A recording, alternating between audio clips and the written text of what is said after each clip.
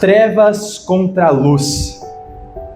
Tenho certeza que vocês já ouviram muito a respeito desse tema, quer seja aqui na congregação, quer seja em outros lugares, até mesmo nas redes sociais. É um tema básico da fé que nós temos, mas que não significa que é algo pequeno. De fato, é algo bastante relevante. É básico porque é fundamental. Está na base daquilo que nós cremos. Deus nos revela nas Sagradas Escrituras que o ser humano, caído em pecado desde Adão e Eva, está nas trevas. E não são trevas simples como, por exemplo, em um dia de sol em que as nuvens o escondem um pouco e cai um pouco de chuva e fica um pouquinho escuro. Não.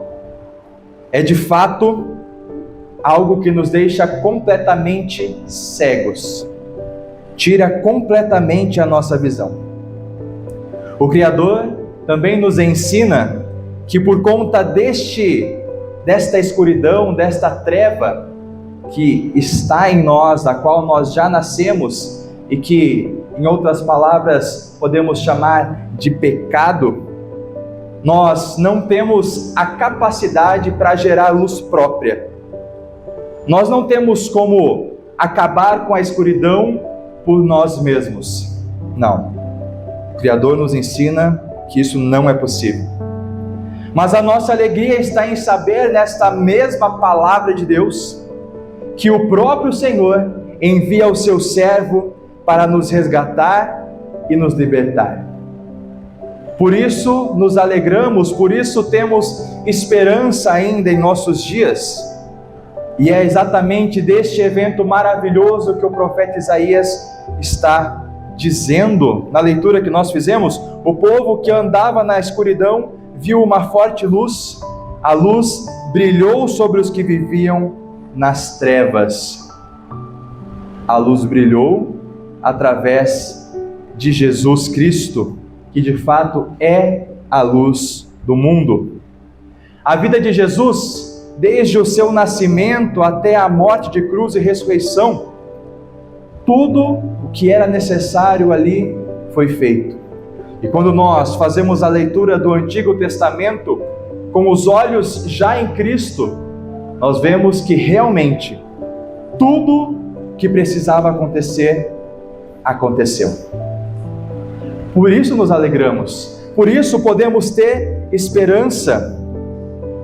Desde o seu nascimento de uma virgem, Deus que se fez homem e foi ensinado e cuidado pelos seus pais aqui neste mundo, o seu batismo no Rio Jordão, que lemos há poucos cultos atrás, a mudança de sua cidade, agora passando a estar em outro lugar, e, diante de tantas outras coisas também, a sua morte de cruz, mesmo sendo inocente. Tudo isso foi por mim, tudo isso foi por cada um de vocês. Tudo para que o preço das nossas culpas fosse completamente pago. E é isso que nós lembramos das últimas palavras de Jesus na cruz: está consumado, está pago. E foi por você, foi por cada um de nós. E esse resgate, esse pagamento do preço das nossas culpas, transforma a nossa vida por completo. Essa luz que nos ilumina, que nos resgata das trevas, não é só uma ideia, não é só um movimento filosófico ou algo do tipo, mas é uma verdade real e que muda o nosso ser, que transforma nós de tal maneira que não dá para fingir que isso não aconteceu. Não dá para ser transformado e ao mesmo tempo viver como vivíamos antes, quando estávamos nas trevas. Não dá para viver dessa forma. Jesus, a luz do mundo, anuncia: arrependam-se dos seus pecados, porque o reino do céu está perto. Jesus começa a chamar os seus discípulos. Aqui estamos lendo Mateus 4 e durante esse ano nós continuaremos a leitura do Evangelho de Mateus, e aqui é o comecinho do ministério terreno de Jesus. Há pouco Poucos domingos atrás lemos Mateus 3, o batismo de Jesus, e agora Jesus começa a chamar os seus discípulos, e esse primeiro registro do chamado dos discípulos me parece bastante empolgante, porque, como nós lemos, Jesus, quando ele chama Pedro e André, Mateus registra que eles largaram logo as redes e foram com Jesus. E aí, um pouco mais à frente, chamando Tiago e João, o texto nos registra, e no mesmo instante, eles deixaram o pai e o barco e foram com ele. Me chama bastante atenção essa resposta imediata. Conhecer o Messias, ser chamado por ele, deixar tudo para trás e seguir com o mestre dos mestres. E esse chamado, ele chegou para a gente também. Assim como aqueles primeiros discípulos, nós também somos chamados para o mesmo propósito: seguir o mestre e anunciar aquilo que ele estava anunciando. Arrependam-se, porque o reino do céu está perto. Tendo o mesmo chamado, o mesmo propósito, nós, fazendo parte do mesmo corpo, não podemos viver divididos, não podemos viver de formas diferentes. Estamos em comunhão. Cristo para todos. Como parte da Igreja Luterana, Cristo para todos não é só um slogan ou algo do tipo, mas é realmente a forma como nós queremos viver. É o propósito que nós queremos seguir: compartilhar o Evangelho a todas as pessoas.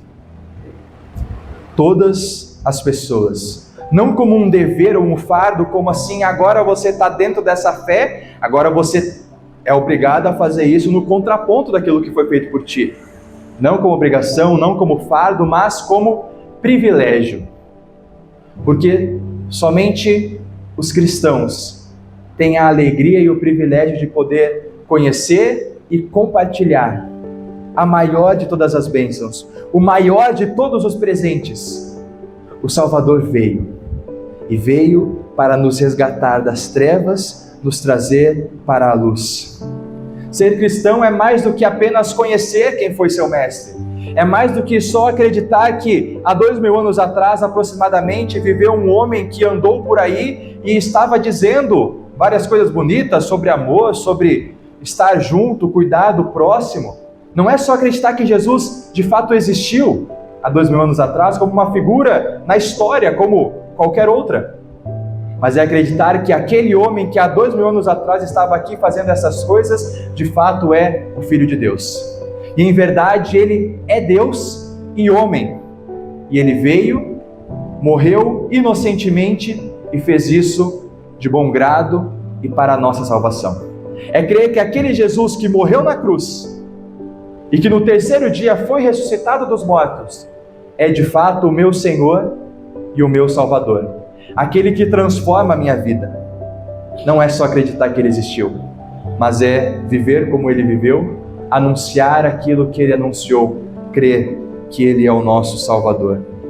Quando olhamos para a vida de Jesus, vemos uma vida de obediência, de serviço. Nos relatos do profeta Isaías, várias vezes nós vemos Jesus, o Messias, sendo retratado como um servo. Servo que é obediente, e obediente, nós conhecendo a história, obediente até a sua morte, morte de cruz, para a nossa salvação. O tema do culto é comunhão. Comunhão porque não estamos aqui, mesmo que nós tenhamos diversas opiniões diferentes em várias áreas da vida, mas tem algo que nos une. Podemos ter diferença em qual caminho queremos seguir na nossa profissão, em que escolhas queremos tomar junto da nossa família, mas tem algo que é comum para nós. E essa união se dá na fé. Se dá em quem é o nosso Senhor, quem conduz e quem guia as nossas vidas. Há algum tempo, como congregação Luz do Mundo, a gente vem refletindo a respeito da missão, entrando de forma mais profunda nesse assunto e até numas conversas durante esse mês, esse culto, ou após esse culto, seria o nosso momento de falar sobre missão mais uma vez. Mas resolvi fazer algo um pouco diferente e trazer essa conversa para dentro da mensagem. Os textos de hoje nos permitem pensar nisso. Os textos de hoje nos fazem olhar para a luz que ilumina, que transforma e que também nos une. Nós estamos nos preparando, aí trazendo um pouco de contexto, especialmente para aqueles que nos visitam, estamos nos preparando para iniciar um novo local de culto, ainda aqui em Aracaju. Mas para esse culto e para essa reflexão a respeito de missão, gostaria que antes da gente pensar em um novo local, que possamos parar e refletir sobre um pouquinho do nosso passado. Não com um sentimento nostálgico ou algo do tipo, mas com clareza e com muito amor especialmente. Aqueles que já são membros dessa congregação há algum tempo, eu gostaria que vocês pensassem sobre várias das pessoas que talvez meses, anos ou até mais tempo atrás estavam sentados do seu lado. Lembre das pessoas que estiveram contigo aqui nesta congregação e que hoje, por algum motivo, não estão mais. Pensem nas pessoas que vocês amam e que já estiveram aqui ou que já estiveram na fé, talvez aqui não nessa congregação, e a gente pode expandir um pouco mais a nossa reflexão, e pensar as pessoas que já estiveram em Cristo, mas que por algum motivo hoje estão distantes, estão afastados. O que nós podemos fazer a respeito disso? Como nós podemos agir? Como nós podemos chegar até lá mais uma vez e lembrar sobre essa luz do mundo que é Jesus Cristo e poder viver como luz do mundo, como também faz parte do nosso chamado? Olhar para trás, alguns meses, alguns anos, refletir a respeito disso e, de fato, agir. Mas eu não estou falando simplesmente de uma ação de quem está interessado talvez em encher os bancos da igreja. E aí eu vou até lá e falar, ei, vamos para a igreja e só. Não. Estou realmente falando sobre levar o evangelho e levar especialmente o amor que Deus entrega. Lembrem das pessoas que vocês conhecem e que estão distantes e comecem a orar pela vida delas. Orem, entrem em contato, mas não simplesmente para fazer um convite do tipo, vamos lá na igreja no próximo domingo, mas realmente para saber como essa pessoa está, interessado com quais são as suas dificuldades, preocupado e disposto a ajudar com os problemas que essa pessoa pode estar passando em sua vida. Demonstrar na prática, na vivência, na ação, o que é o amor de Deus. Sem pressa, sem um tempo pré-determinado para chegar o momento talvez de aí sim poder conversar a respeito da vida de culto e de adoração a Deus. Em contato, se importando, amando, orando.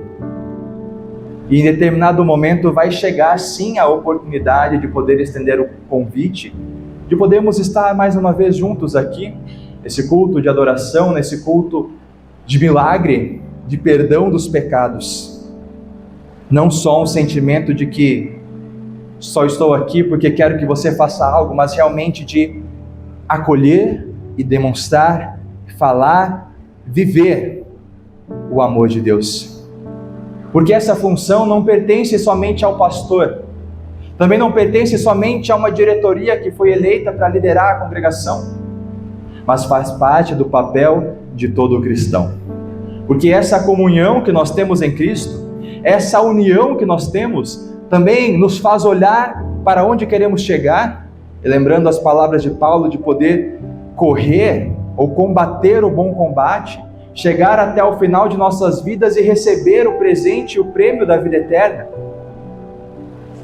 Como cristãos, como irmãos na fé, eu não me preocupo só com se eu vou chegar lá. Não é somente se eu vou conseguir chegar até o final, mas é de nos fortalecermos. Nós somos uma família na fé. Como igreja luterana, também falamos sobre ser esta família luterana. Mas essa família não pode estar só na palavra dita, não pode estar só nas boas intenções, mas também na prática. E essa prática se dá no amor. É de também nesse momento, nesse culto, no próximo e assim sucessivamente, você estar aqui, mas não só olhar para aquilo que o pastor está falando, e aí depois quando a gente vai cantar, olha para a projeção, olha para a banda, mas em determinado momento também poder parar e olhar para o lado. Quem está sentado contigo? O que essa pessoa está passando? Quais são as dificuldades? Quais são as tentações? O que nós podemos fazer para apoiar, para ajudar, para que possamos nos firmar na mesma palavra, caminhar com o mesmo objetivo e podermos chegar na linha de chegada juntos e poder, quando chegar o momento, desfrutar da mesma vida eterna com Deus no céu. Isso é ser uma família na fé. Isso que é de fato a comunhão. Não é só palavra bonita, não é só boa intenção, mas é também agir. É também colocar em prática o que é o amor. Não o amor que o mundo fala, que é um amor egoísta, mas o amor que Jesus ensina a viver, que é um amor de entrega, que é um amor de sacrifício, que é um amor em favor do outro, até mesmo acima da minha necessidade, acima da minha vontade. Portanto, irmãos, quero que cada um possa refletir a respeito disso, mas mais do que só refletir, também agir. Não só pensar, mas fazer, ir atrás, perguntar, se importar, demonstrar o amor que de fato é o que vai nos mover até lá. Muitas vezes, mesmo diante desse desafio, e desafio que não é somente de um pastor que está anunciando na mensagem, mas que a própria palavra nos chama a fazer, nós nos sentimos incapazes, nos sentimos impotentes e nos acovardamos. É uma dura realidade. Mas não se esqueça, Jesus está conosco em todos os momentos e na nossa vida está presente o seu amor. Deus, Ele não apenas escolhe quem já está pronto, quem já é capaz para fazer, mas aqueles que Ele escolhe, em verdade Ele capacita. Aqueles que Ele chama, Ele dá os dons e Ele sustenta. E Ele também nos entrega as palavras certas para que possamos anunciar a verdade. E vocês foram escolhidos. Nós fomos escolhidos. Juntos, num só amor, num só espírito, num mesmo propósito. Cristo para todos. Irmãos e irmãs, na fé, tudo isso que nós refletimos nos leva a uma certeza consoladora. Hoje, não vivemos nas trevas, mas somos resgatados pela luz. Chamados, enquanto ainda éramos inimigos de Deus, a sermos em verdade seus amigos. Não porque nós já éramos fortes o suficiente, não porque tínhamos força espiritual ou competência o suficiente, mas porque a luz veio até nós. Cristo chegou e te resgatou das trevas, e agora Ele te traz para a luz. Cristo tomou sobre si o nosso pecado, a nossa culpa, e nos deu por pura graça, perdão, vida e salvação. Essa é a boa notícia que sustenta a nossa fé. Essa é a verdade que nos leva à ação. Não fiquemos presos àquilo que achamos que podemos e que conseguimos ou que temos a capacidade para fazer, mas que possamos nos apegar naquilo que nós sabemos, temos a certeza que um Deus que tem poder sobre todas as coisas é capaz de agir e de criar através de nós. Ele pode, Ele tem poder Ele sabe todas as coisas e Ele envia você. Ele envia você para ser a luz do mundo. O texto que nós vamos chegar em algumas semanas, uma luz que não é para ficar escondida, mas para iluminar a todos. Ele chama e sustenta você. E nós podemos ver isso quando olhamos para a história e vemos quantas vezes Deus agiu através de tantas pessoas. E nós não precisamos nem buscar tão lá atrás na história. Podemos buscar dentro da nossa própria realidade. 45 anos atrás, há 45 anos, Deus vem sustentando essa igreja, capacitando pessoas para liderar, firmando a igreja como um todo na palavra. E hoje podemos estar aqui refletindo a respeito disso. Deus não escolhe somente aqueles que já estão prontos, mas traz o dom e a capacidade àqueles que foram chamados e escolhidos. Fomos alcançados pela graça, não caminhamos sozinhos. Em Mateus 28, lá no finalzinho do livro de Mateus, nós vemos a ascensão de Jesus e Ele entrega essa missão àqueles que nele creem. Ir por todas as nações, anunciando, ensinando, batizando em nome do Pai, do Filho e do Espírito Santo. E ao final desse envio, Ele deixa uma promessa: eu estarei com vocês todos os dias. E Jesus está conosco. Por isso, que nós possamos viver a nossa fé, viver o amor que conhecemos, anunciando a verdade e agindo com coragem. Não porque de uma hora para outra nós ficamos valentes, mas porque temos ao nosso lado aquele que tem poder sobre todas as coisas, aquele que pode e é efetivamente quem faz transformar vidas, entregar o presente da salvação, criar a fé, trazer à luz aqueles que estão em trevas. Portanto, irmãos, sigamos em paz, firmes nessa certeza, chamados, perdoados, iluminados e também enviados.